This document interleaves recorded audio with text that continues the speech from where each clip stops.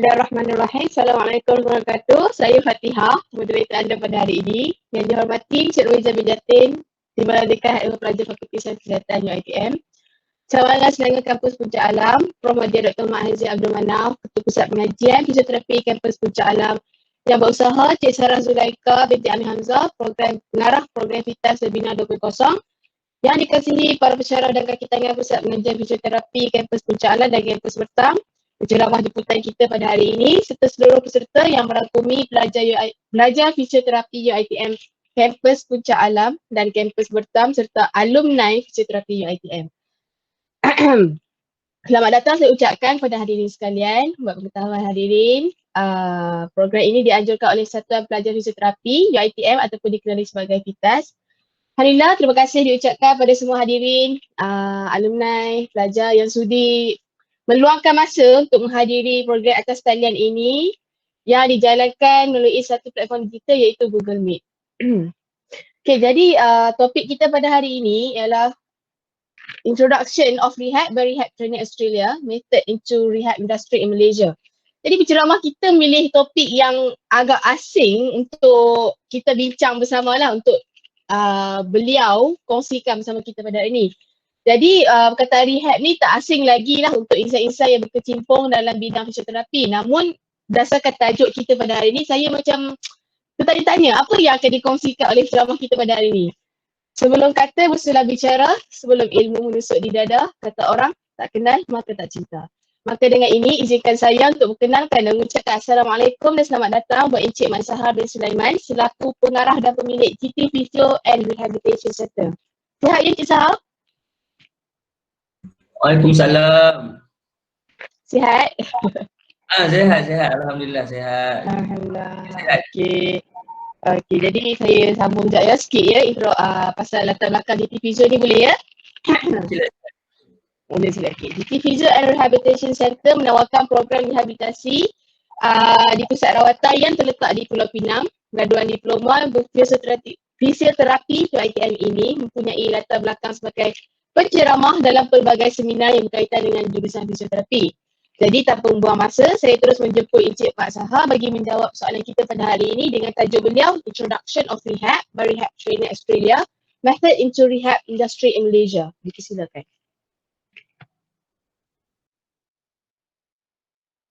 Assalamualaikum warahmatullahi wabarakatuh dan selamat pagi semua. Semua mute kan, tak boleh nak jawab soalan. Tak boleh jawab soalan, tak boleh nak jawab soalan.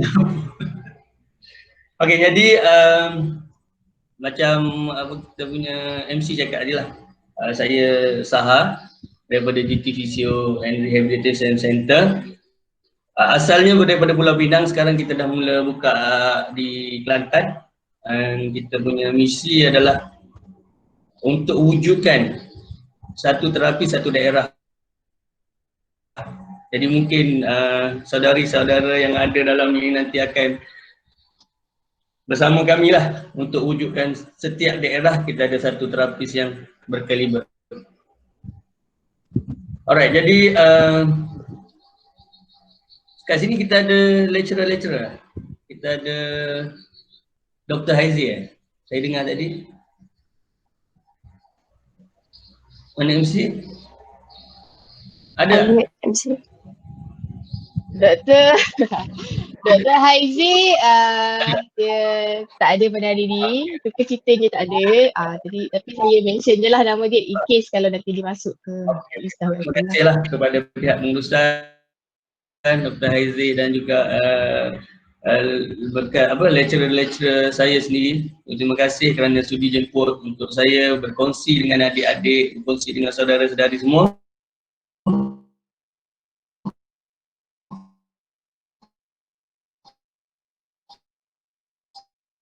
Cik Sahar, berkenaan dengan apa? Cik Sahar dekat sikit lah tadi. Boleh ulang balik apa yang Cik Sahar cakap? Line dia jadi tak dengar. Sekarang jelas? Sekarang? Clear? Alright. Jadi mungkin orang nak tahulah kenapa saya pilih tajuk Rehab Essential ni lah.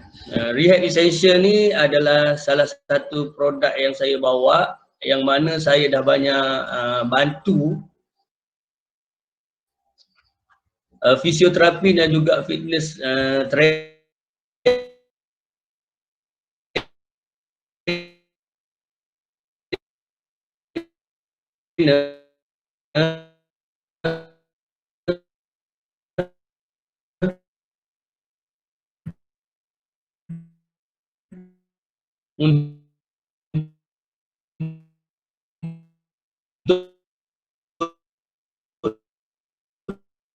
untuk sebagai skill pengurusan kecederaan ini dengan saudara-saudara semua. Mungkin ada idea apabila saudara-saudari semua graduate daripada universiti. Alright, rehab essential ni dia diasaskan oleh Ulrich Larsen. Dia merupakan sport fisioterapi daripada Australia. Jadi sepanjang penglibatan dia dalam sport management, dia dapati jarak di antara fitness industry dengan rehabilitation by fisioterapi ni, kita ada gap. Kita ada gap, kita pergi kepada slide. Slide. Alright. Jadi kita ada gap antara fitness industry ni dengan fisioterapi yang kita selalu buat sekarang ni. Maknanya bila sakit dah kurang, bila range of motion kita dah restore, lepas tu kita tak tahu nak refer kepada mana, kepada siapa. Last sekali, kalau klien kita balik kepada aktiviti harian, balik kepada sukan, and then diorang cedera lagi. Jadi tak ada kesinambungan untuk klien kita ni dihantar kepada fitness untuk mereka lagi cergas ataupun susah untuk diorang cedera kembali. Last sekali kita pun confused, tak tahu nak buat apa. Hari tu dah baik, lepas 3 bulan diorang datang balik.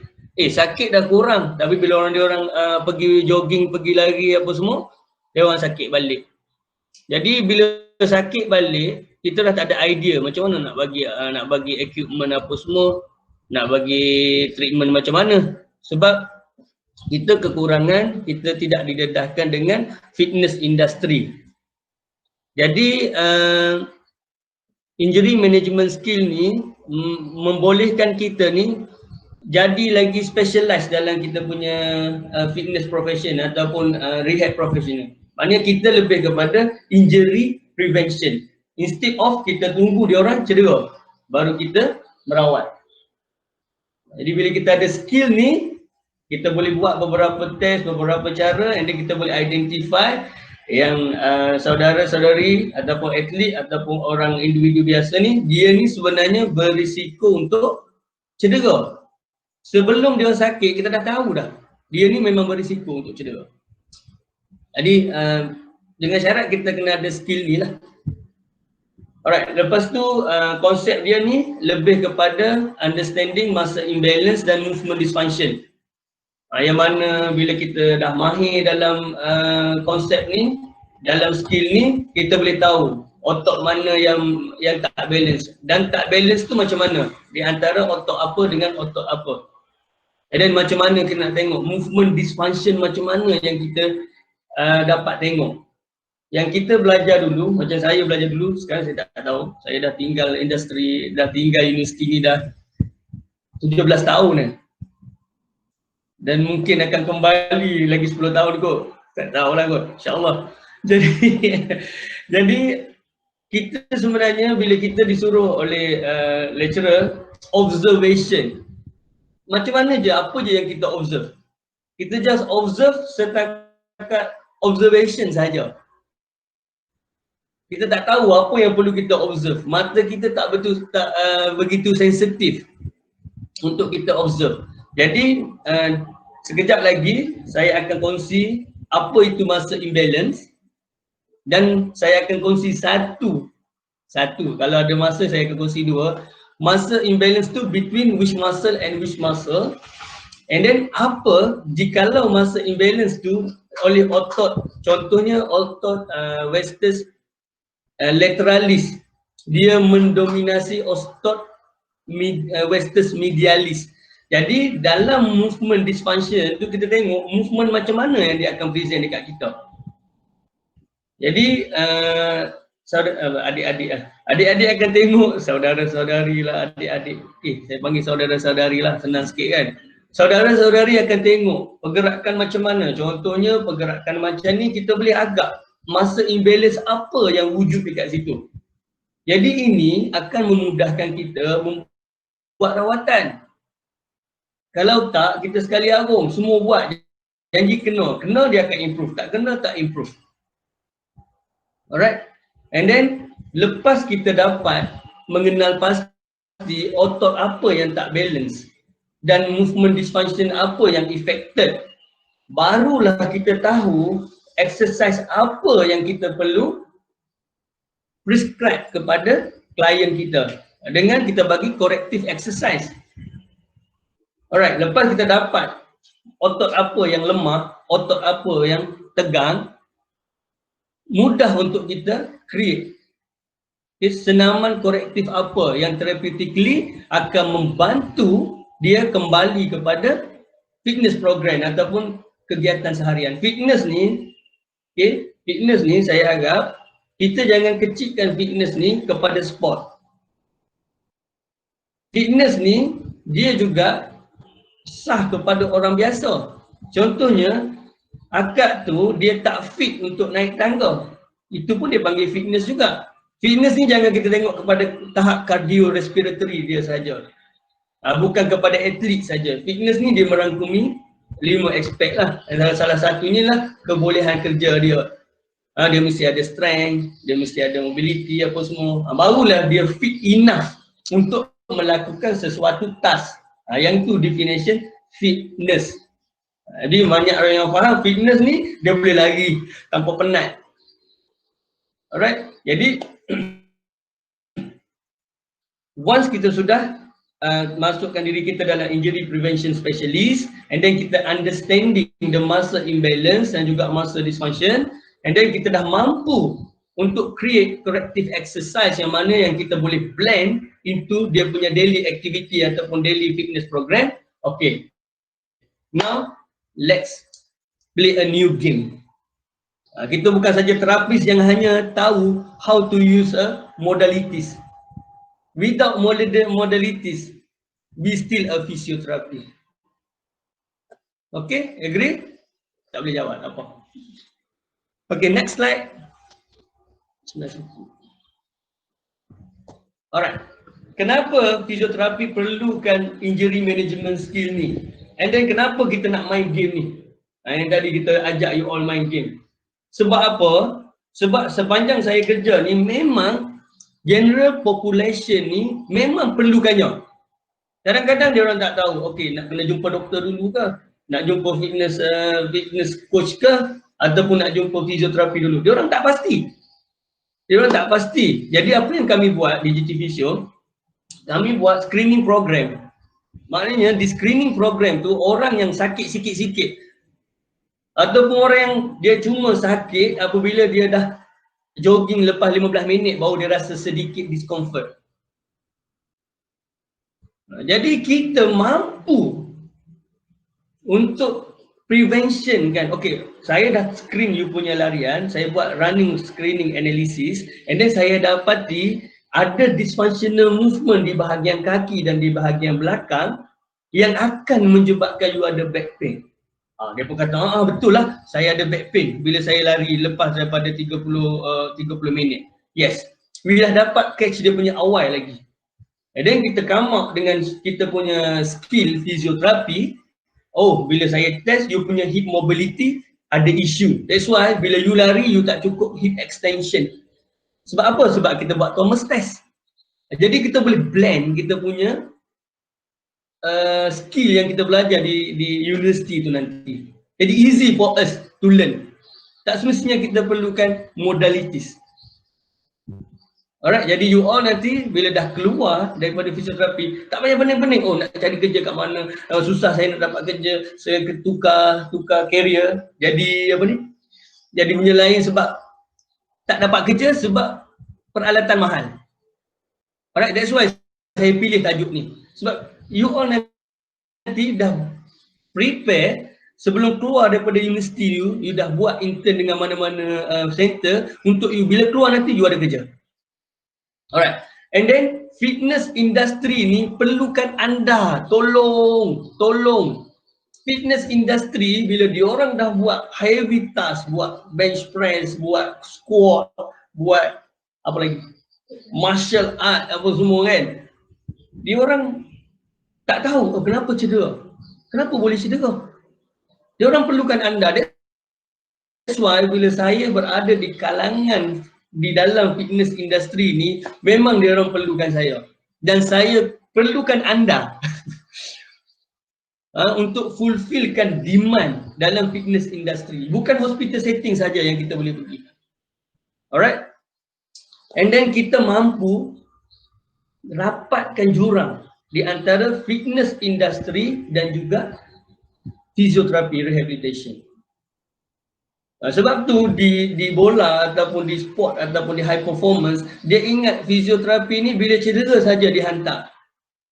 Tapi sebenarnya kita boleh lead diorang untuk injury prevention, untuk kita bersama-sama dengan coach, bersama-sama dengan kecergasan untuk kita identify dia punya biomechanic dysfunctional. Alright, and then so kita ni fisioterapi ni adalah frontliner tau. Kita masih lagi perlu referral untuk merawat. Padahal kita adalah frontliner. Kalau di negara lain dia orang akan tengok fisioterapi ke, dia orang bebas untuk pergi ke mana satu dulu, and then fisioterapi akan collaborate dengan doktor ataupun personal trainer. Macam di GT, bila kita buat assessment, and then bila kita rasa klien kita perlu medical attention, baru kita akan tulis note, communication letter untuk kita berkomunikasi dengan doktor. And then bila kita dah dapat fulfillkan dia punya range of motion, muscle power, balance apa semua, and then kita tak ada skill untuk fitness, and then saya akan refer kepada fitness instructor. Alright, sebab tu kita ni adalah frontliner. Orang yang ada masalah fizikal, dia mesti jumpa kita. Kita yang akan channel out, nak pergi jumpa siapa. Ataupun klien kita itu boleh datang daripada fitness instructor. Bila dia orang nak buat aktiviti apa, oh dia ada sakit ni, dia perlu hantar kepada fisioterapi ataupun medical doctor. Jadi barulah kita senang untuk dapatkan result yang efektif untuk klien kita. Alright? Kiranya Cik Rizam, okay. Kiranya sekarang ni macam kita punya apa nak cakap strategi kita is selalu kan macam Cik Rizam cakap lah, kalau fisioterapi ni kalau sakit baru nak datang, tapi sekarang ni kita nak applykan konsep macam pepatah Arab lah, ada yang cakap kan, al-wiqayah khairun minal ilaj, maksudnya prevention is better than cure. Kiranya kita prevent awal-awal benda tu lah kan? Ya. Alright. Jadi untungnya kita ni sebab kita ada dua rule. Satu lagi bila dia dah cedera teruk ataupun acute injury, dan juga dia dalam keadaan dilema nak buat fitness ke ataupun nak ni. Kita dah dalam range yang besar.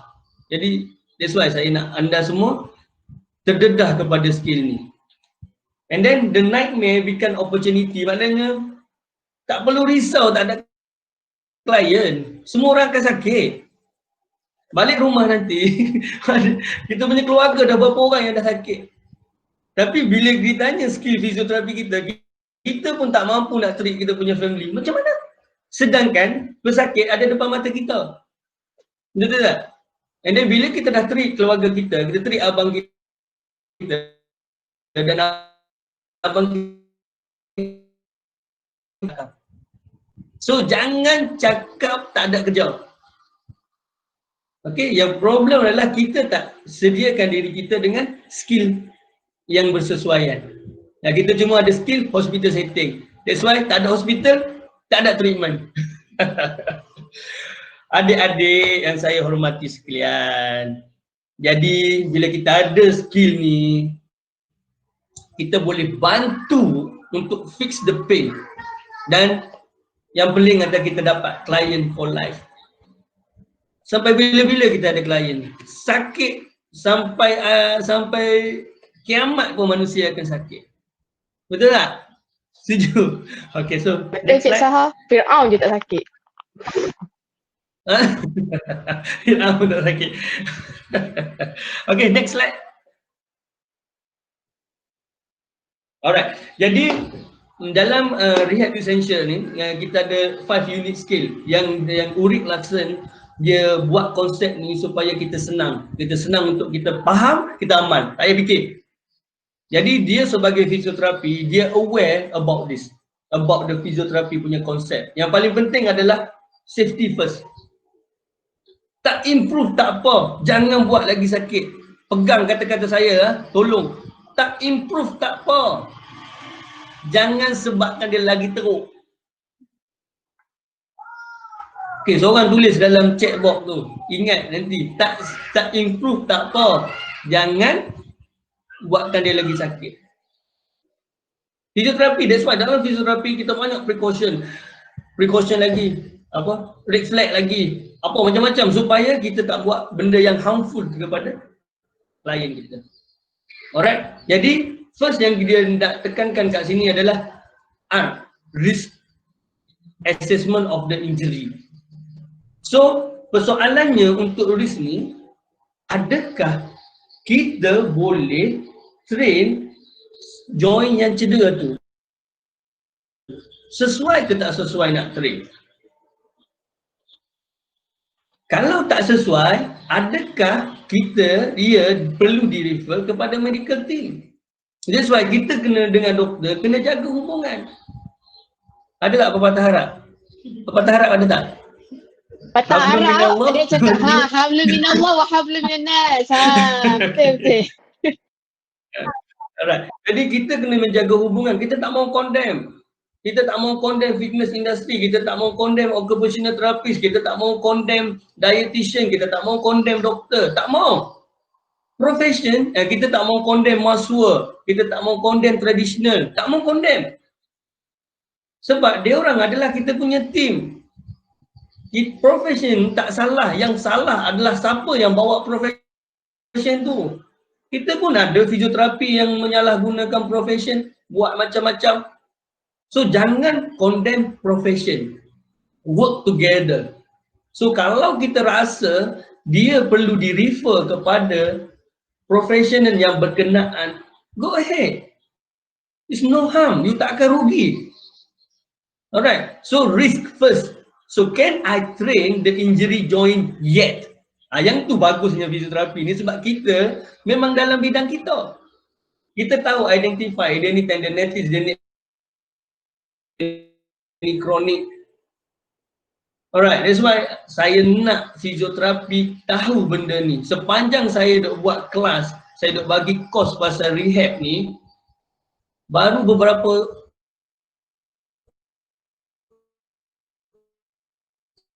terapi saja yang join instructor. Sayang. Alright, next slide. Next. Alright. Once kita sudah tahu, oh dia selamat. Fine. No swelling, no nerve involvement, not acute case.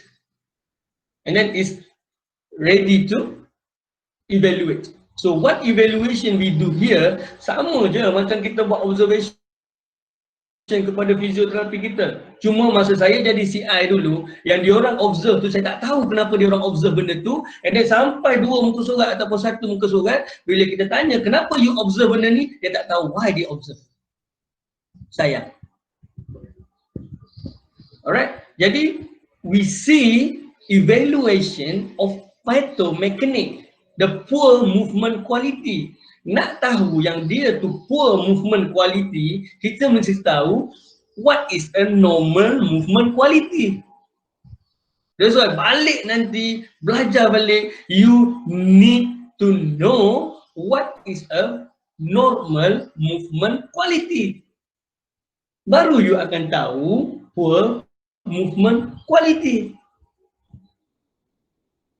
Contohnya you observe elevation kan. Dalam elevation 120 berlaku di scapular, 60 berlaku di scapular upward rotation, 120 degree berlaku di glenohumeral. Jadi bila you observe daripada belakang, adakah scapular dia ada upward rotation?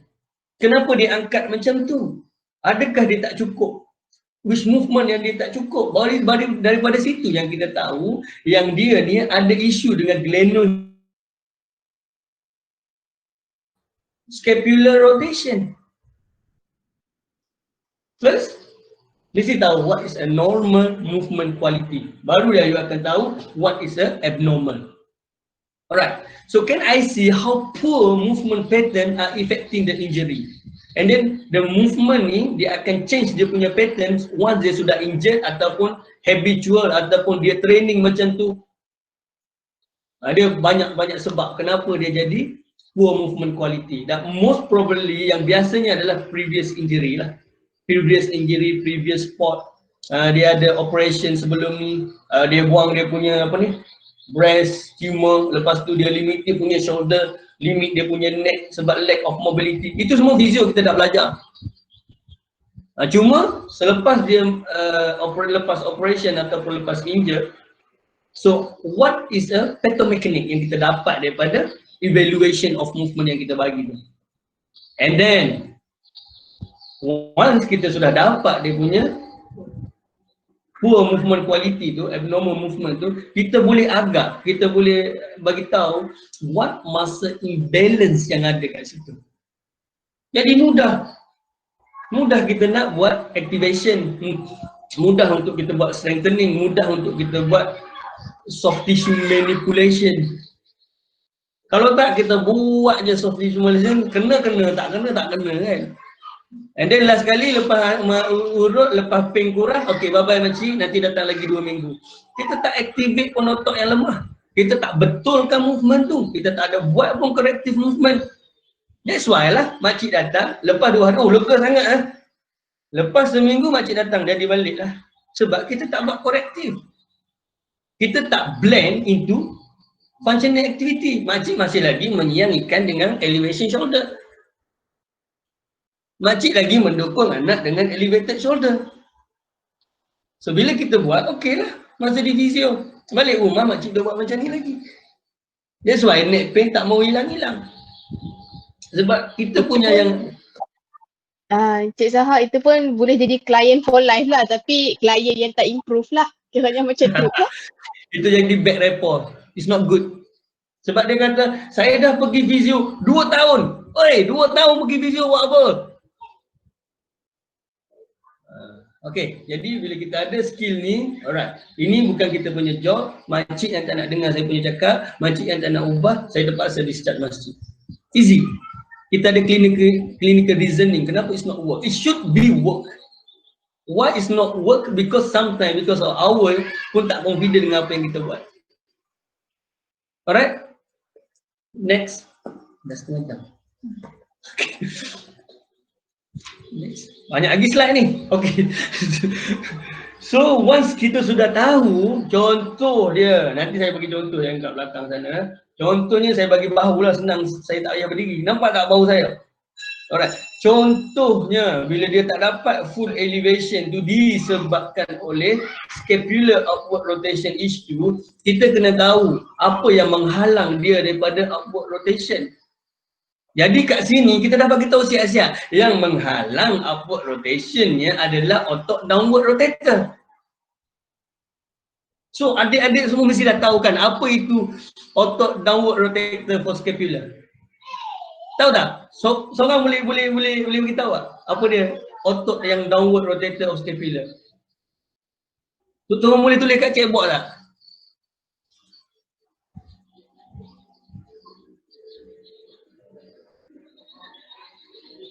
Tak tahu? Tak ada pun siapa tulis? Otot downward rotator of the scapula. Come on, dah nak graduate dah. Ya, Dalila, well done, Romboy, yes. Lagi dua.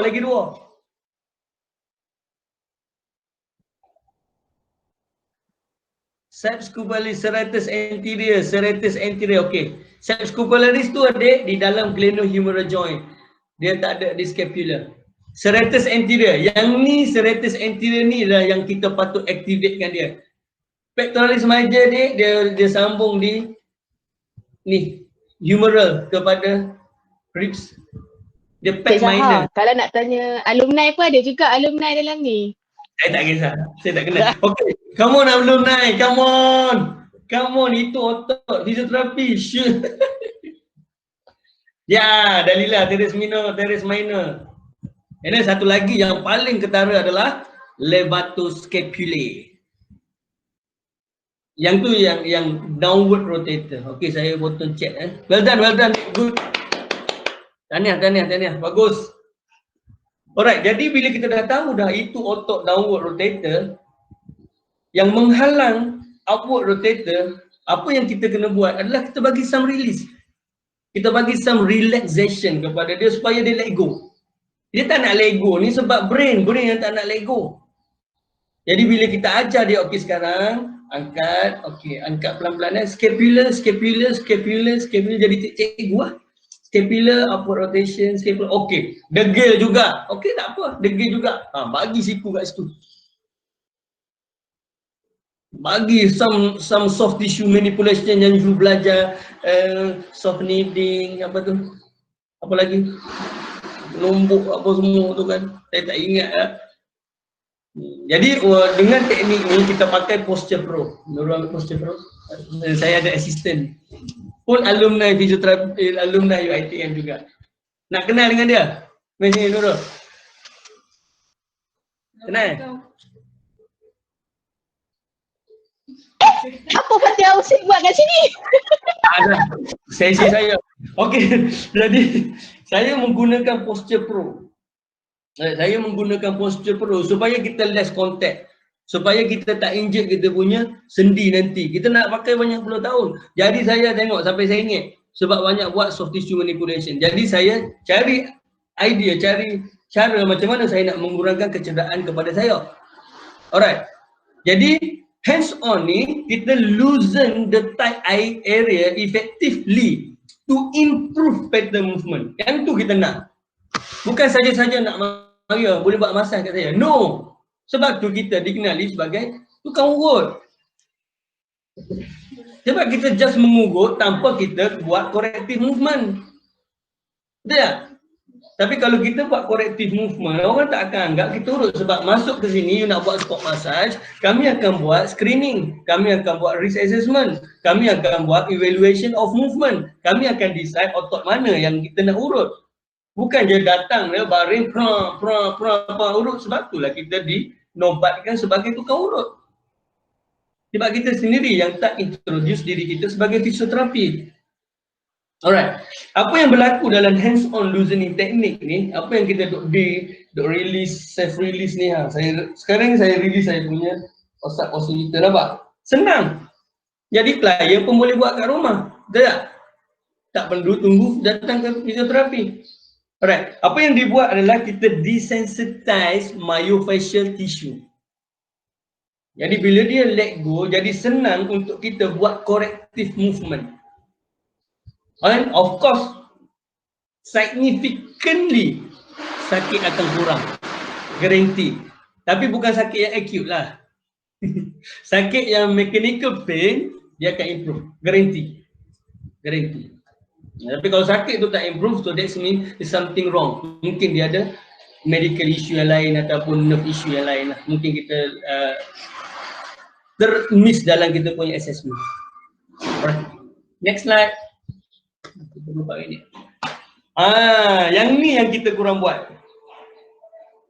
Kita tak buat activation drill yang isolatedly untuk kita kita aktifkan otot yang lemah, yang macam siapa tulis tadi, serratus anterior. Serratus anterior adalah otot yang dilupakan.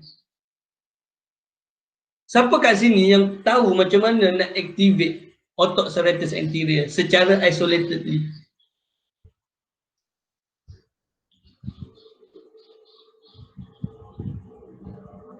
Kerja dia adalah outward rotation. Dengan sekadar angkat macam ni, tanpa kita fokus untuk rotatekan dia secara outward, dia tak akan rasa. So kalau siapa pernah tengok bodybuilder yang selalu duduk tunjuk dia punya otot yang kat sini, yang 3 ni, serratus, itu otot serratus lah.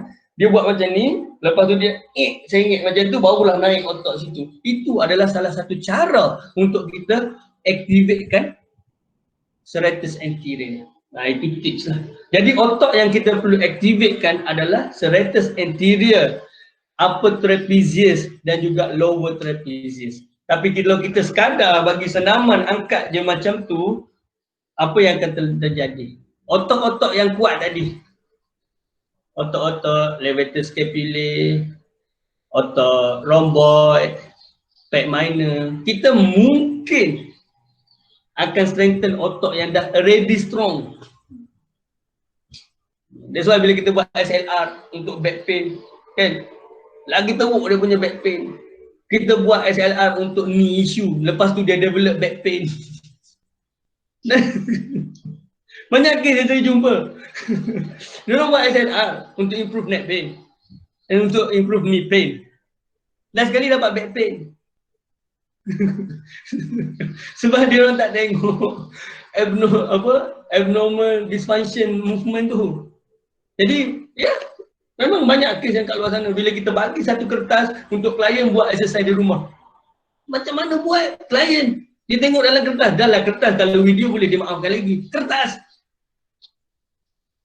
So, adik-adik yang saya hormati sekalian, tolong ubah apa yang patut. Ya? Mungkin ada limitation lah dalam sebahagian setting tu sebab ramai sangat.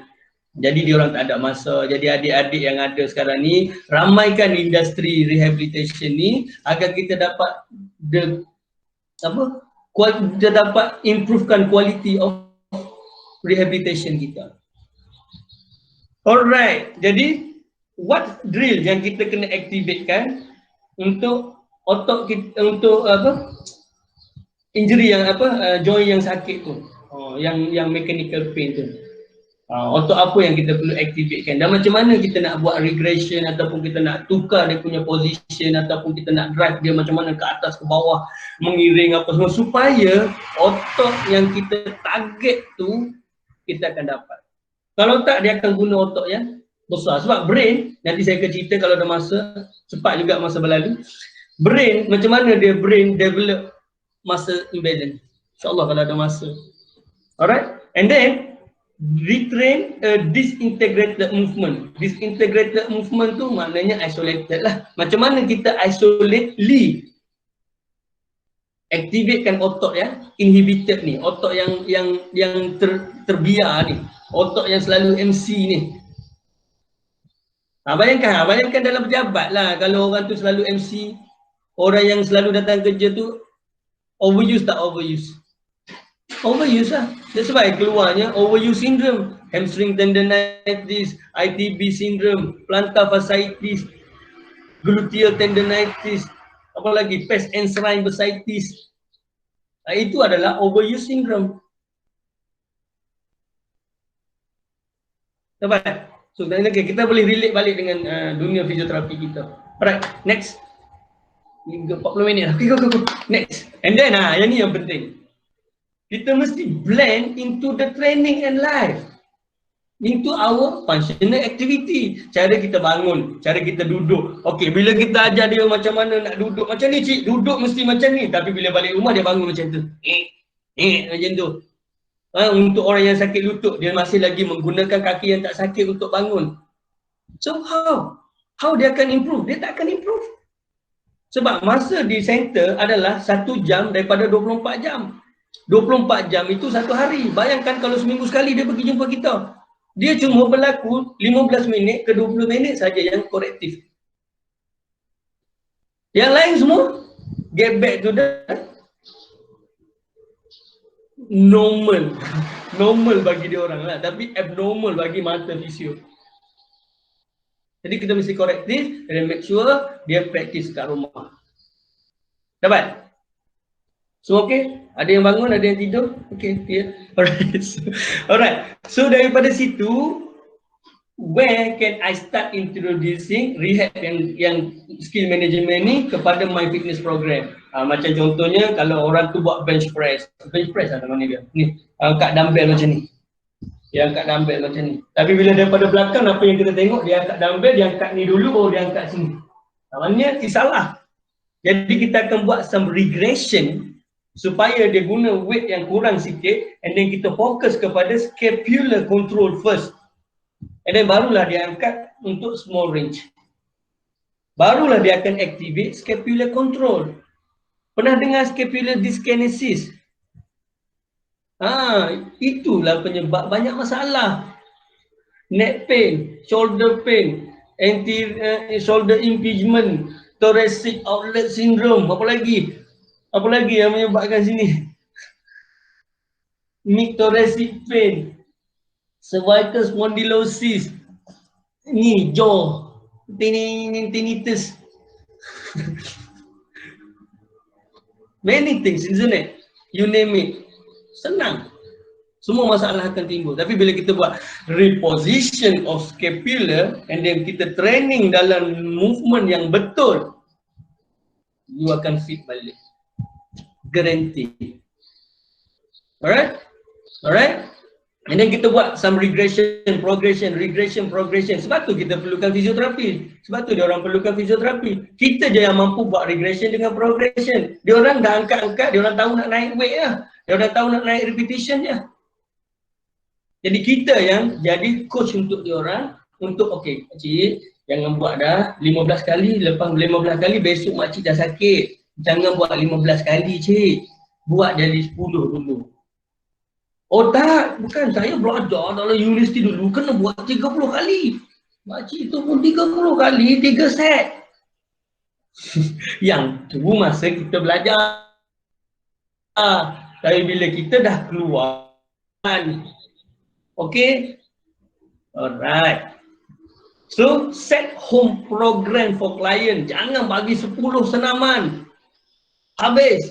10 senaman susah. Bagi 1 ataupun 2 corrective exercise yang kita boleh blend into the life. Sit to stand with gluteal activation, sit to stand with the arch control. Easy. Pilih yang mana yang dia buat. Kalau tak, dia tak ada gym kat rumah. Dia tak ada dumbbell. Okey makcik beli dumbbell. Mula-mula beli yang 1 kilo, lepas tu beli yang 3 kilo. Satu set makcik kena beli. Tak worth it. Sebab makcik bukan balik rumah nak angkat dumbbell. Ini cuma nak potong sayur saja. Potong sayur bukannya berat pisau tu lebih daripada 5 kilogram. Jadi it's not, orang kata tak sesuai. Melainkan makcik ni memang selalu duk angkat-angkat tongkes, tukar masak. Contohnya, barulah kita training ke arah sana. Dapat? And then blend into lifestyle. Yang ni yang penting. Bila jalan no focus. Alright, kalau perlukan tongkat dulu, guna tongkat dulu, tak apa. Jadi dia jalan dengan betul dulu. Jangan cepat nak offkan tongkat walaupun jalan dia masih lagi tak betul. Alright. So REHAB, kalau kita tengok kepada semua metodologi 5-5 ni, dia ada elemen fisioterapi. Memang dia menggunakan elemen fisioterapi. Observation. Lepas observation, dia confirm dengan test-test yang kita ada. Thomas test, apa test, muscle length test, flexibility test, control, kan semua ada dalam ni. Dapat? So far? Okay?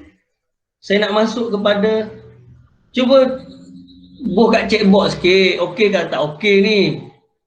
Amboi, bila saya dapat buat belakang saya sakit. Betul.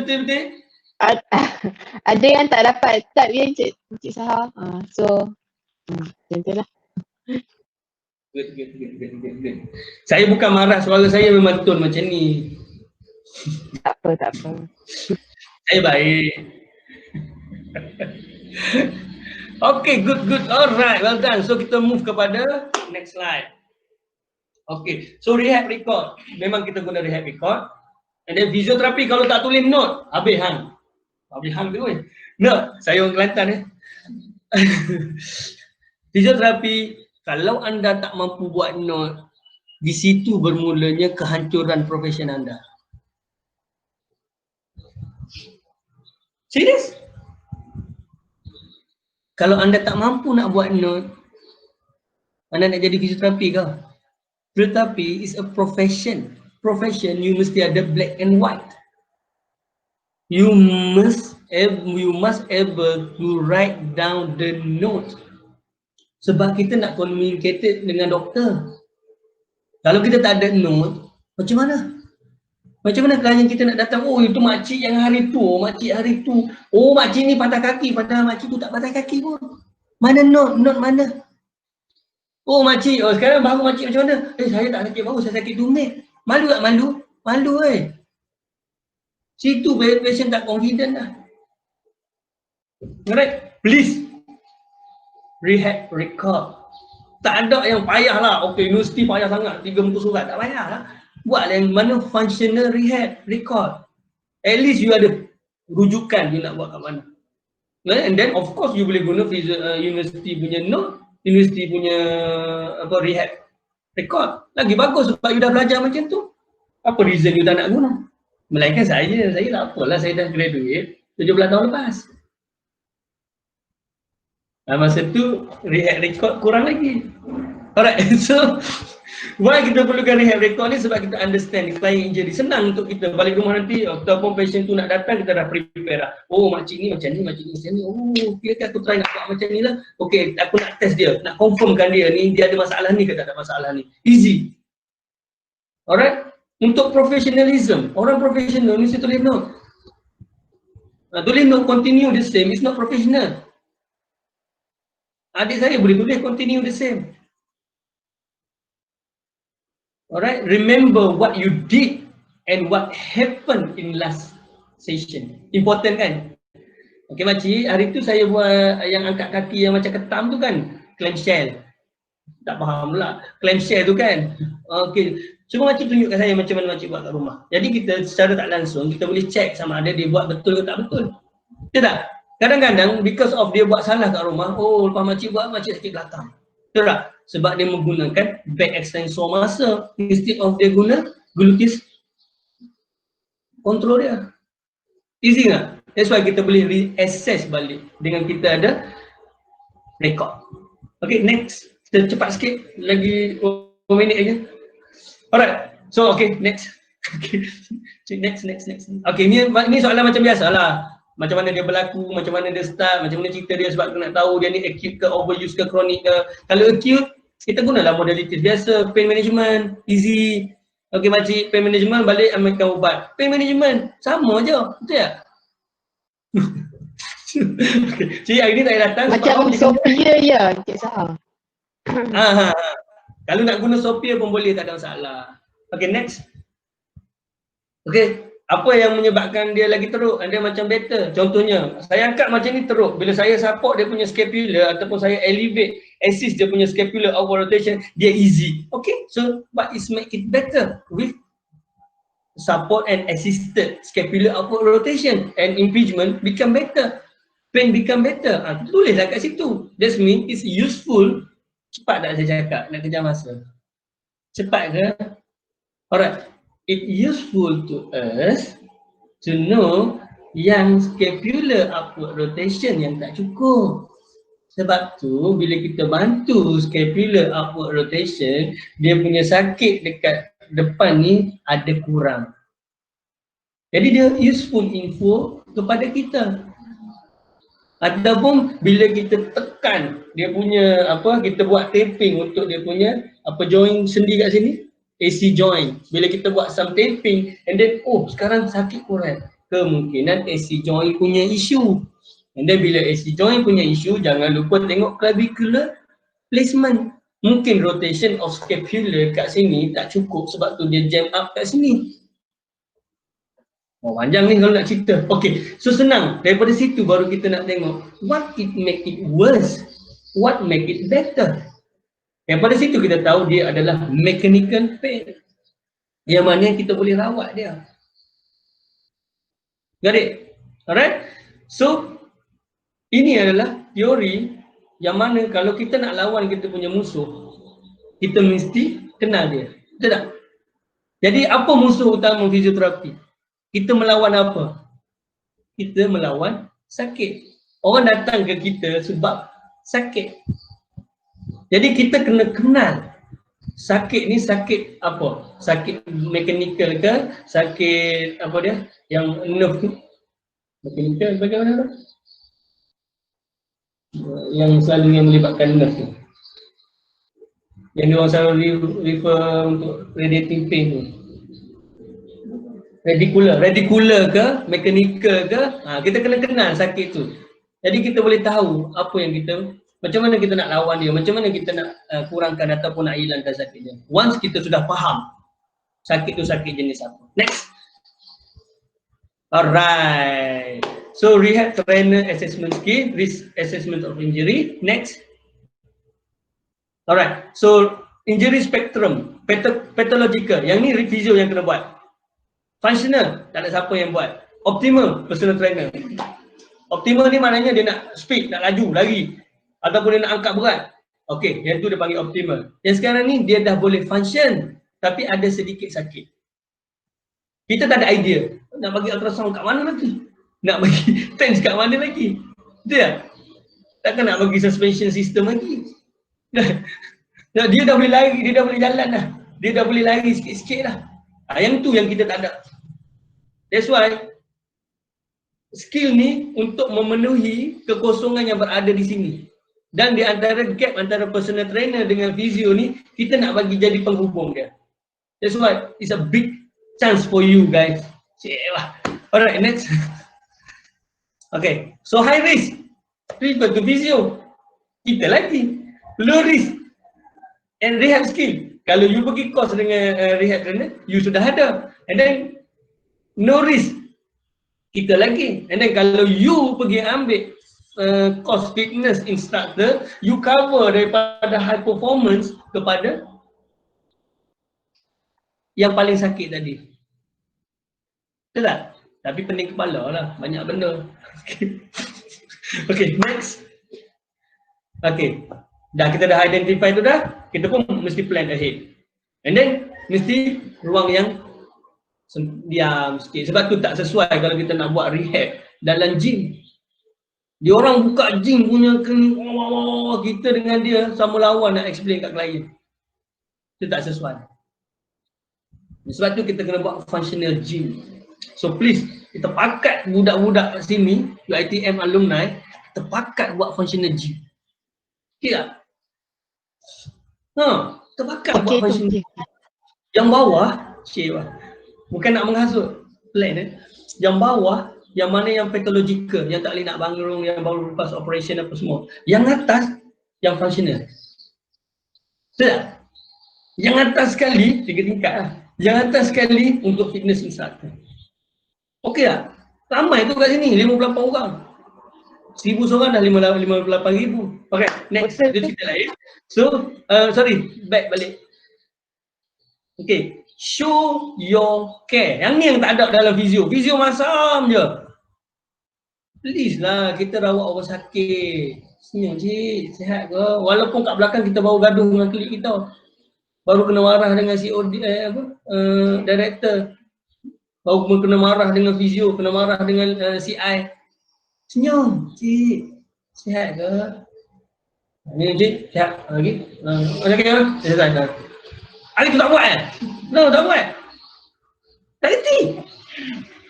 Suruh fizioterapi buat 3 exercise tengok. Mencungak. Makcik tu kena buat basikal 30 minit. Relax. So, show your care. Please, show your care. Listen. Dengar. Okay, cik kita start visio Rupanya dia cakap pasal anak dia. Tak apalah, dengar sekejap. Cik, kita buat visio Baru nak start visio. Tapi it's not happen lah dalam setting yang crowded. Alright, so use the rehab record, guna rehab record, tanya soalan, bla bla bla bla bla. Okay, next. Woi, dah dengan ni 5 minit. Nak kena close ke?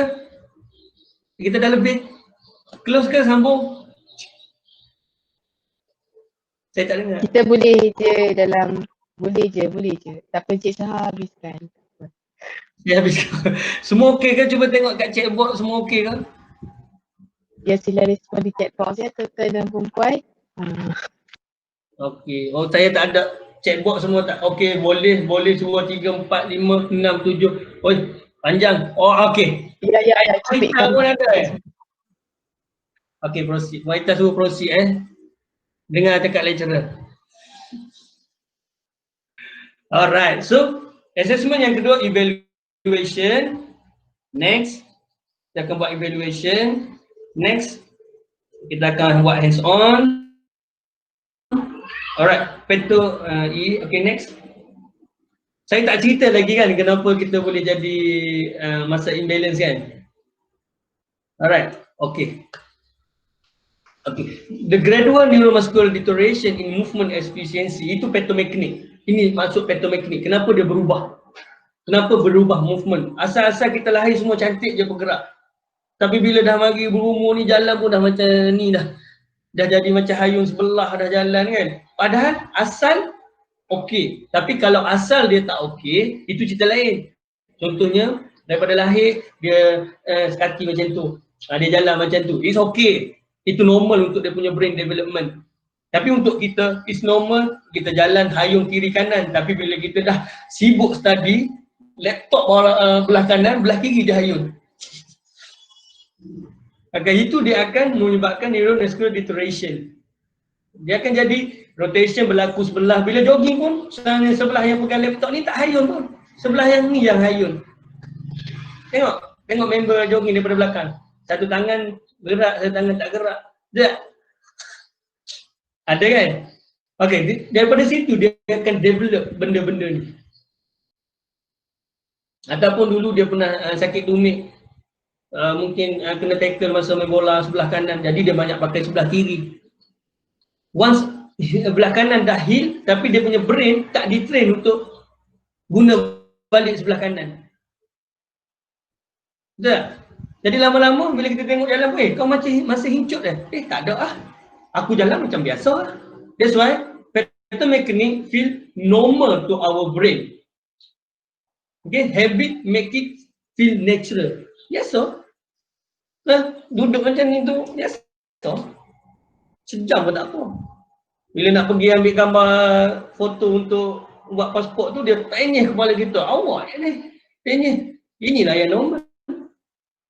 Dia pun betulkan kepala kita bila nak ambil shoot. Kita kata, sengit ni.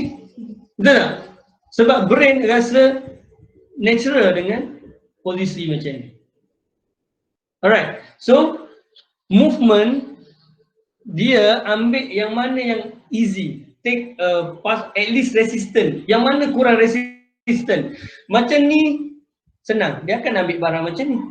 Macam ni susah, sakit. Brain tak boleh terima. So nak ambil macam mana? Yang ni. Yang ni kurang sakit. Okey, ambil macam tu. So lama kelamaan dia akan jadi normal lah macam tu. Makcik yang datang macam ni, nak sidai baju. Okay, lama kelamaan tu yang dia create muscle imbalance. Alright, so brain minimize the perceived energy. Jadi dia jimat tenaga. Sebab tu bila kita buat corrective exercise, letih. Dia rasa burn dia tu, rasa macam angkat 10, 20, 30 kilo.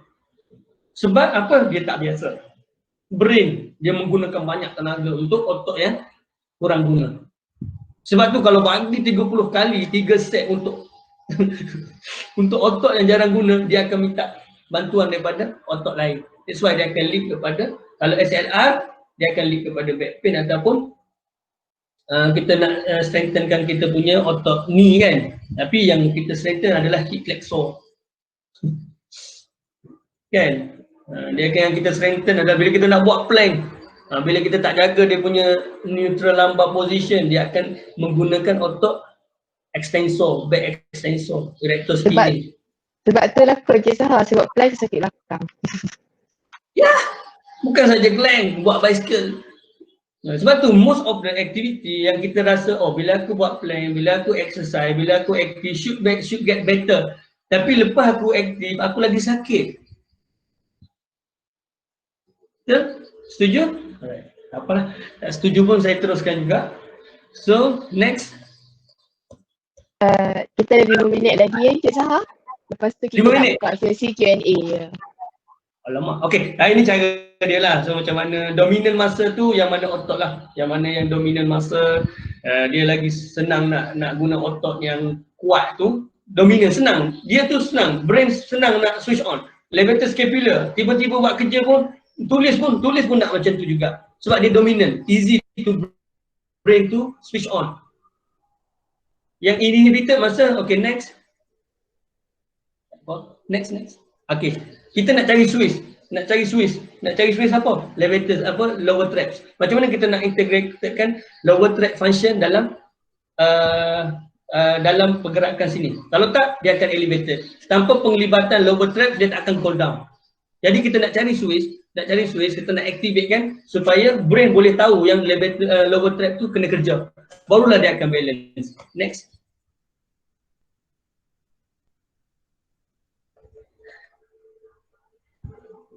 Ini masa imbalance. Ini yang berlaku pada masa imbalance. Dominant become short, yang inhibited become long and weak. Sometimes not happen. Right, next. Kita ada sesi soal jawab Ya Encik Saha, ya. Okay, so saya jawab dalam sesi soal jawab je lah. Yang ni semua nanti saya dah masukkan tadi ni. Cuma saya tak sempat nak tunjuk satu contoh masa imbalance. Okey, jom kita bersoal jawab. Boleh tunjuk, tak apa Encik Saha. Kita ada masa sikit lagi. boleh je tunjuk, boleh je. Tak apa. Okay, baca sini, the dominator biasanya dia senang nak break equalizer, dia senang nak gerak. Dia hyperactive. Levator scapular, contohnya levator scapular. Saya tak nak cerita pasal upper traps punya confusion. Levator scapular antara otot yang dominator. ITB dengan vastus lateralis, kita senang nak activatekan dia. And then dia sentiasa hypertonic, sebab tu kita kena cool down dia dengan massage. And then dia bigger switch, dia senang je nak switch on. Kita senang je nak activatekan dia. Any move pun dia akan activate. Dia biasa dia tight and short. Apa yang kita kena buat, kita kena loose. Okay, next. So inhibitor ni tengok dia duduk kursi roda je. Dia macam ni sikit. Dia retard sikit. Jadi dia turn down in brain equalizer. Susah. Okay, squeeze. Oh, aduh, nak cram lah. Dia memang macam tu perangai dia. Sebab tu kita kena train dia. Dia underactive. Okay, awak dulu. Okay, awak dulu. Alright, so dia adalah serratus anterior untuk shoulder, dia untuk knee, dia vastus medialis oblique. Sebab tu ramai yang buat inner range kuat, yang timbul hanyalah lateralis.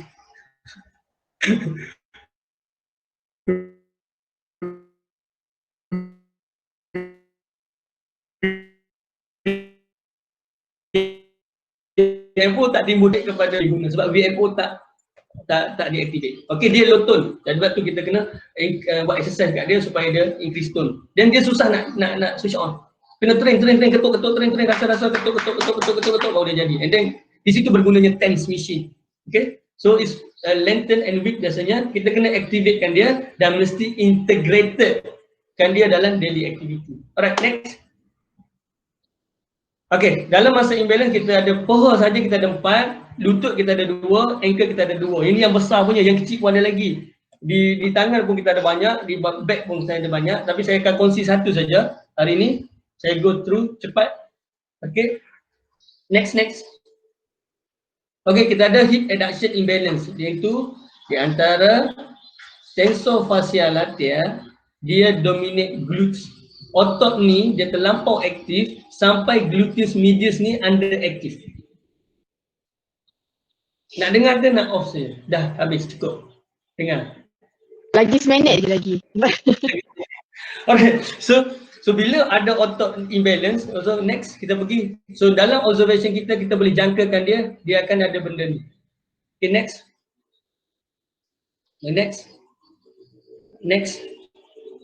Okey, dia akan jadi macam ni sebab dia banyak duduk. Duduk yang lama menyebabkan tensor fasciolateral tight. Okey, next. Okey, apa yang kita nampak dalam movement adalah Trendelenburg sign, knee medially deviating, overpronation and increased anterior pelvic tilt. Kalau dia ada TFL type, yang ni presentation yang kita akan nampak. So Trendelenburg sign in walking, knee medial deviation in small lunges, overpronation in stand face, increased anterior tilt in standing. Okey, itu Cik Saha boleh wrap up lah. So saya wrap up saya wrap up yang kat belakang. Okey, so tak sempat tengok video tak apa. Daripada sini apa yang kita dapat belajar adalah bila kita graduate nanti, yang penting adalah kita kena tahu risiko. Adakah dia ni berisiko tak risiko dengan teknik yang kita ada. Jangan compare dengan teknik orang lain, teknik yang kita ada. Adakah dia high risk ke low risk? And then kalau kita rasa kita mampu bantu dia tanpa harmful kepada dia, so it's okay. Buat je apa yang kita tahu, passive stretching. Okay, once you sudah tahu, you dah ada ilmu, you tahu hanya stretching, you tahu ilmu stretching dengan massage saja. It's okay. Nanti you mesti tahu otot apa yang you nak stretch. Betul tak? You nak massage otot apa? You kena tahu. Tahu melalui movement evaluation. Kita evaluate movement ni. Jadi bila kita tahu, kita buat some release. Sebab kalau kita dah tak tahu macam mana nak activate, jadi kita tahu ilmu apa lagi yang kita perlu kuasai. Betul? Jadi it's easy. That's why saya nak cerita benda ni. Ada beberapa ilmu yang perlu ditahu, dibelajari dan kalau tak ada kat sana pun perlu digodek-godek, carilah kat mana pun untuk kita lengkapkan diri supaya bila kita keluar kita ada kerja. Alright? So itu sajalah. Okey. Wah. Dia betul Cik Saha orang cakap kalau kita enjoy satu tu, masa tu rasa macam cepat betul lah. Kalau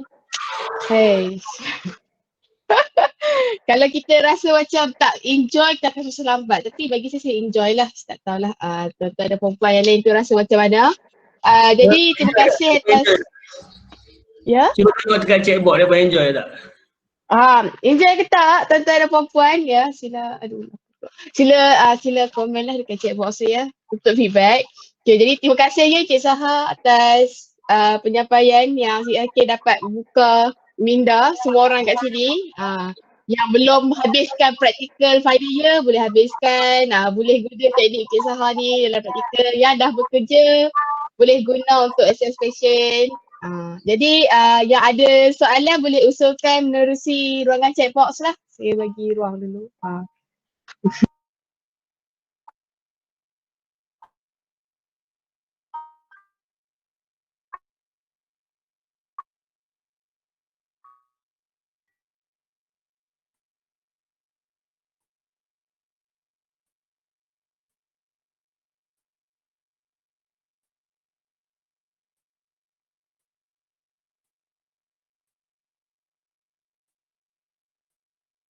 Ada soalan ke rakan-rakan?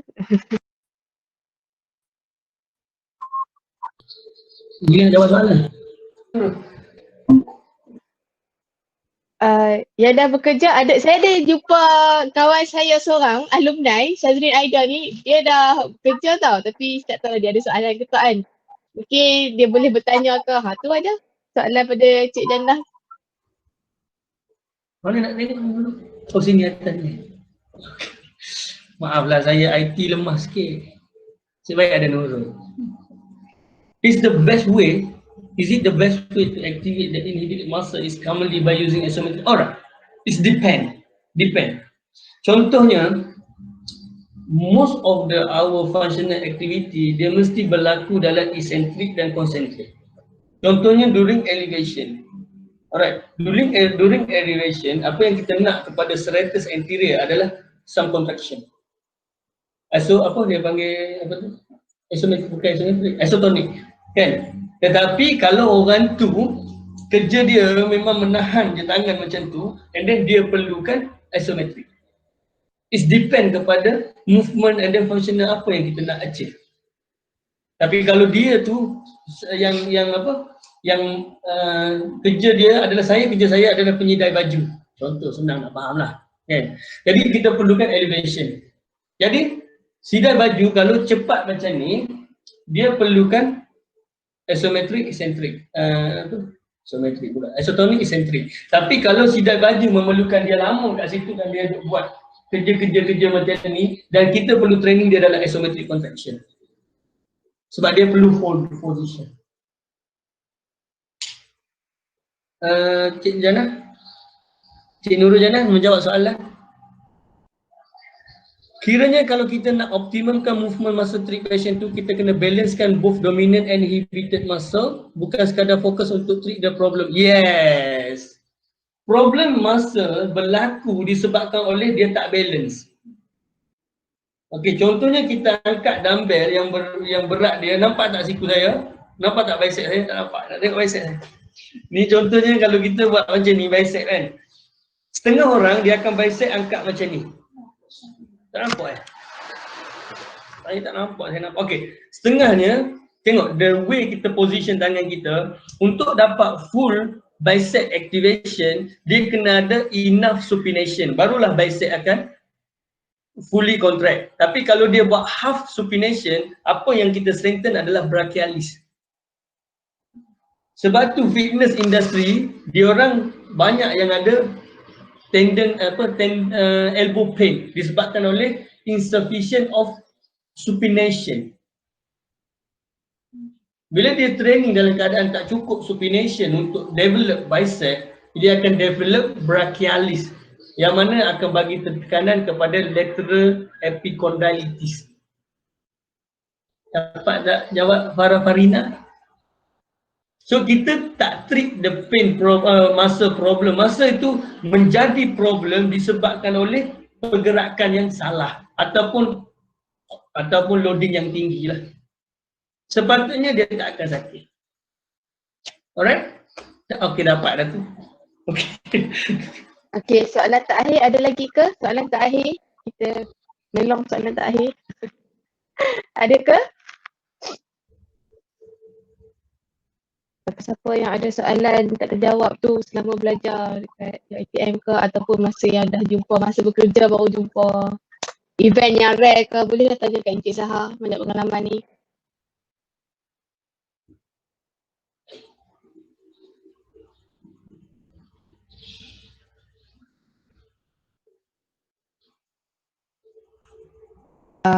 Okey, jadi saya rasa tak ada lah kot ya daripada audiens kita pada hari ini.